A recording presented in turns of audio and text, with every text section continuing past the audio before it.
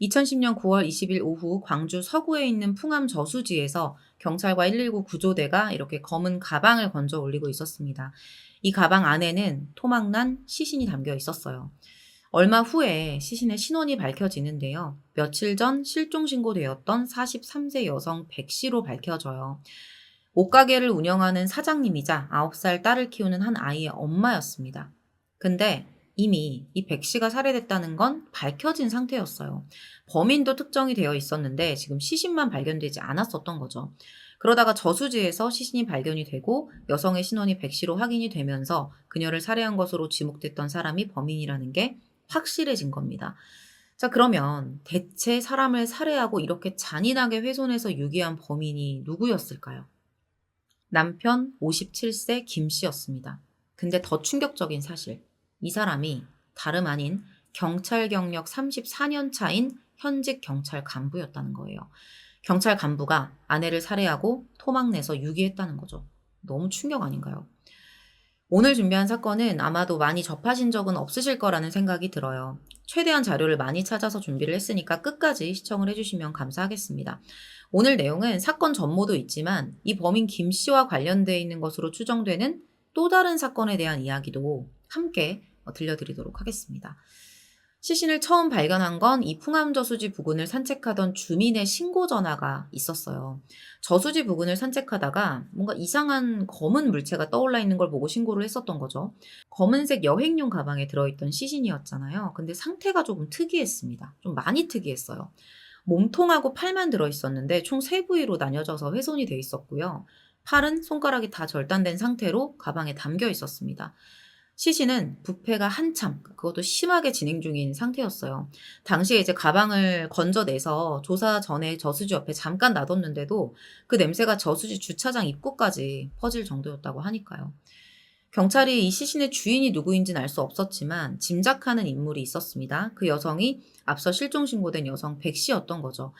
이미 남편 김 씨가 자신이 아내를 살해하고 훼손했다는 걸 인정한 상태였거든요. 그리고 시신을 비닐봉지에 담아서 쓰레기 더미 13곳에 나눠 버렸다라는 진술까지 다 했었던 상황이었어요. 근데 막상 보니까 이 시신이 쓰레기 더미가 아닌 저수지에서 발견이 된 거예요. 그래서 어쩌면 이 사람이 시신 유기에 대해서 거짓 진술을 했을 수 있다. 그리고 전부 다 저수지에다 버렸을 수도 있다라고 생각을 하게 된 겁니다. 흉기도 마찬가지고요. 자, 근데 경찰 생각이 맞았어요. 실제로 범인 김 씨는 시신의 또 다른 부위를 다른 가방에 담아서 저수지에 유기를 했다고 자백을 해요. 바로 잠수부를 동원해서 이 저수지를 추가 수색했는데요. 흉기는 발견되지 않았고요. 비닐봉지 그리고 다른 가방에 담겨 있었던 머리와 다리, 그러니까 다른 신체 부위들을 추가로 수습을 하면서 다행히도 백 씨의 시신을 모두 수습합니다. 잘려진 손가락까지 발견을 하면서 일부 지문을 비교해 봤는데요. 실종 신고된 백 씨와 일치한다는 것까지 확인을 해요. 자, 그러면 어차피 자기가 사람을 죽였다는 걸 자백을 할 거면서 왜 굳이 이런 거짓말을 했을까? 시신의 신원 확인을 늦추고 수사에 혼선을 주기 위함이었겠죠. 뿐만 아니라 자신의 수사 지식을 이용해서 아내의 사망을 숨기기 위한 증거를 조작하기도 했습니다. 김 씨가 처음으로 이 아내에 대한 가출 신고를 했었거든요. 그 가출 신고를 했던 게 9월 17일이었어요. 그때 광주 모 지구대 순찰팀 팀장으로 근무를 하고 있었는데 주간 근무를 마치고 나서 자신이 근무하는 지구대에 아내에 대한 가출 신고를 했던 거죠. 전날 새벽에 부부싸움을 하고 집을 나가버렸다. 뭐 이런 이야기를 하면서요. 근데 정말 이상한 건 이 9살 딸의 진술이 전혀 달랐던 거예요. 16일에 그 아침에 엄마가 방에 누워 있는 걸 봤다라고 경찰에 이야기를 한 겁니다. 좀 이상하잖아요. 그래서 바로 이 경찰이 김 씨의 차량과 김 씨의 집 안을 수색해요. 그리고 이상한 흔적들이 하나씩 드러나기 시작합니다. 집 안과 차에서는 혈흔이 발견됐고요. 김 씨의 차 안에서는 A4 용지 2장 분량의 서도 발견됩니다. 김 씨가 컴퓨터로 작성해서 출력해 둔 건데 아내가 싸우고 집을 나가서 마음이 아픈데 동료에게까지 의심을 받을 지경에 이르러 괴롭다. 뭐 이런 내용이었습니다. 그리고 아내가 끝내 돌아오지 않으면 죽겠다. 이런 뭐 억울함을 호소하기도 했어요.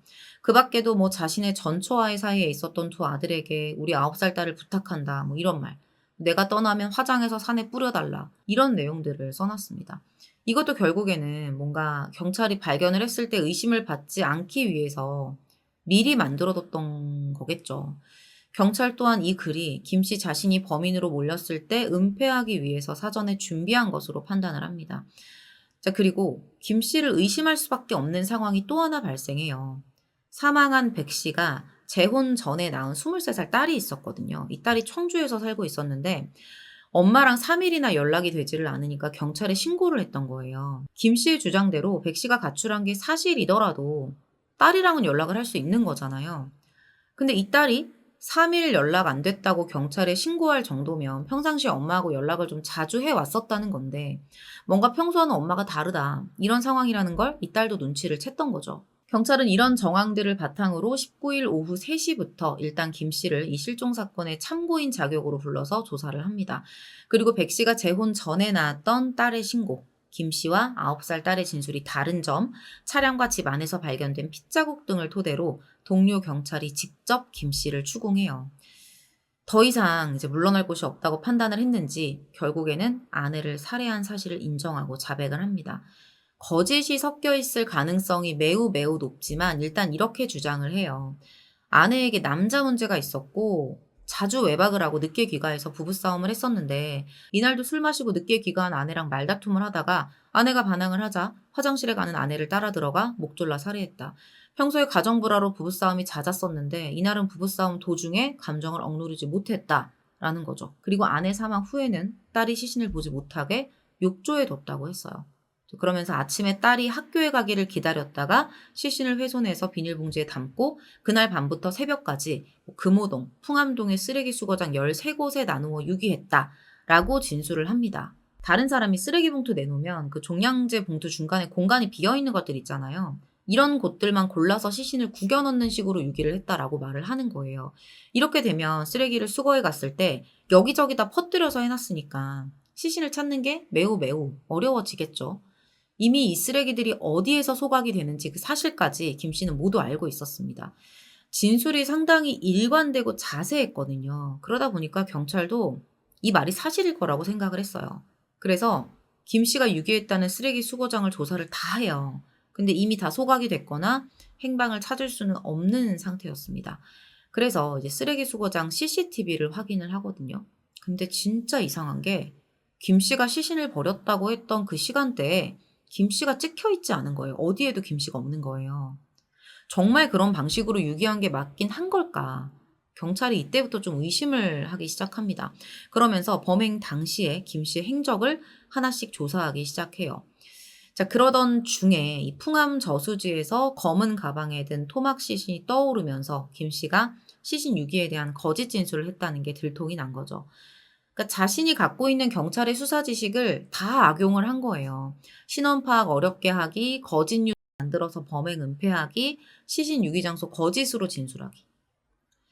지금부터는 발견된 증거들과 김 씨의 진술을 바탕으로 한 이 사건의 진실을 이야기해 드릴게요. 김 씨는 전처와 두 아들을 낳고 살다가 범행이 16년 전인 1994년에 백 씨하고 재혼을 했어요. 백 씨에게도 재혼 전에 낳은 딸이 있었습니다. 두 사람은 재혼을 하고 나서 딸을 하나 낳아요. 새롭게 잘 시작해보고자 하는 마음으로 만났겠지만 이 결혼 생활 자체가 순탄치 않았어요. 14살의 나이 차이가 나는 부부였는데 김 씨가 계속해서 아내의 외도를 의심하고 있었던 거예요. 결국에는 이제 가정불화가 심해지면서 2010년 8월에 협의 이혼까지 신청을 해놓은 상태였습니다. 그러던 와중에 9월 16일 장사를 마친 백 씨가 집에 늦게 귀가를 하자 또다시 외도를 의심하면서 심한 싸움이 시작됐고 이 과정에서 화를 참지 못한 김 씨가 백 씨를 목졸라 살해했다. 결국엔 뭐 우발적인 범행이었다라고 지금 주장을 하고 있는 거예요.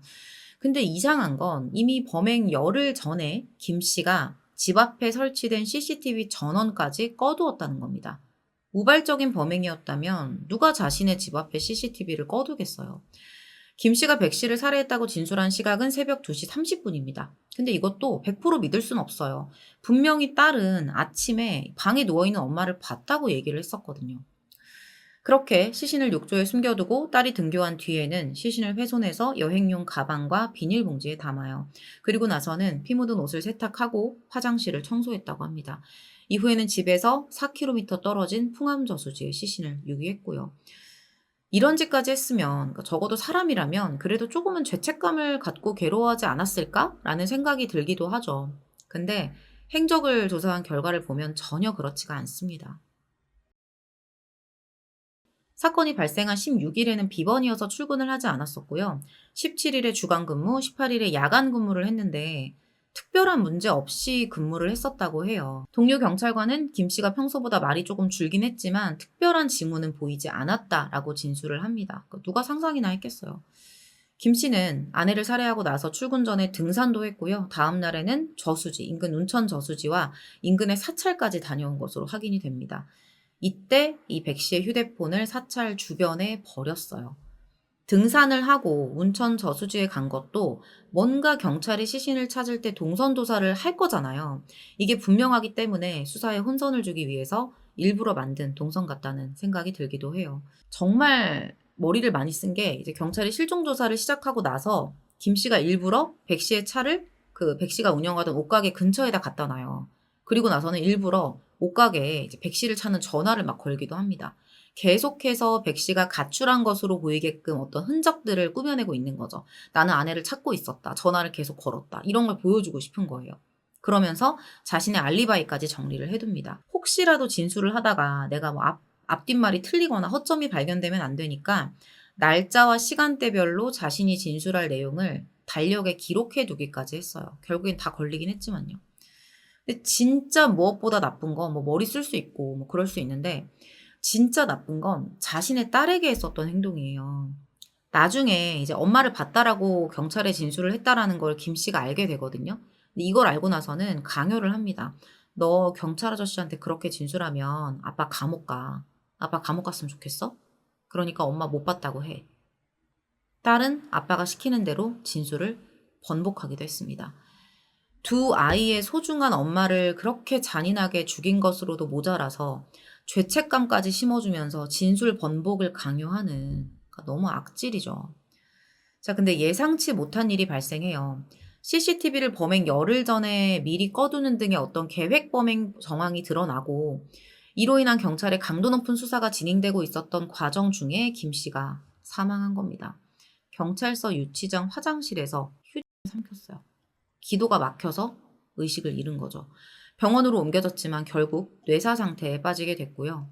결국 얼마 지나지 않아서 사망합니다.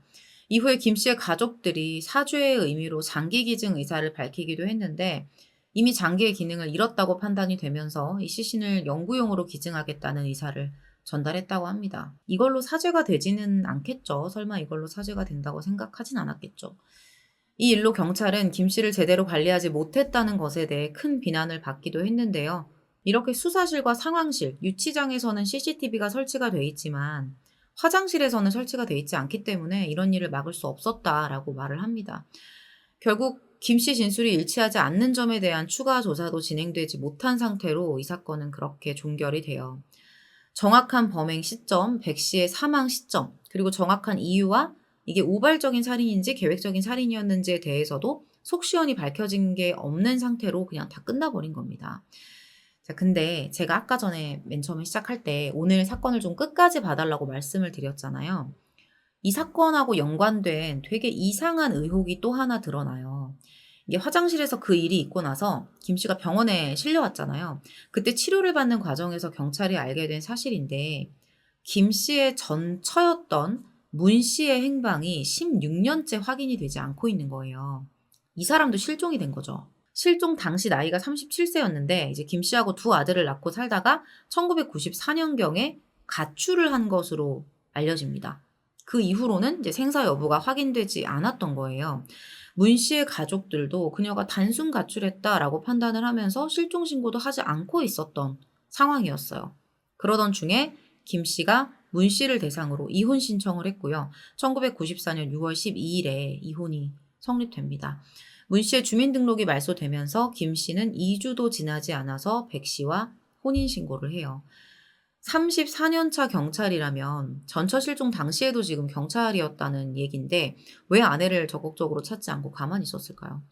경찰은 실종 당시 30대였던 문 씨가 어린 두 자녀를 두고 완전히 사라져서 현재까지 행적이 묘연한 것, 그리고 문 씨가 사라지자마자 김 씨가 곧바로 재혼한 것 등 문 씨의 실종이 고의적인 가출이 아니라 범죄와 연관되어 있다는 것에 무게를 두고 조사에 착수합니다. 그렇게 문 씨의 통신업체 가입 기록, 금융거래 내역, 건강보험 가입 내역, 출입국 기록 등을 다 확인을 해봤는데 어디에서도 행적을 확인할 수가 없었어요. 결국 소재 파악에 실패를 하게 됐죠. 그래서 문 씨의 가족들을 대상으로도 수사를 진행하려고 두 아들에게 출석 요구를 하게 됩니다. 근데 이렇게 대답을 해요. 부모님이 다투는 걸 보기는 했지만 당시에 우리는 너무 어렸고 기억이 나지 않는다. 할 말도 없다. 라고 대답을 하는 거예요. 그러면서 경찰 출석 거부 의사를 밝힙니다. 그렇게 문 씨의 오빠에게도 연락을 했는데 이렇게 대답을 합니다. 아버지가 생전에 동생을 찾으려고 많이 고생하시다가 돌아가셨다.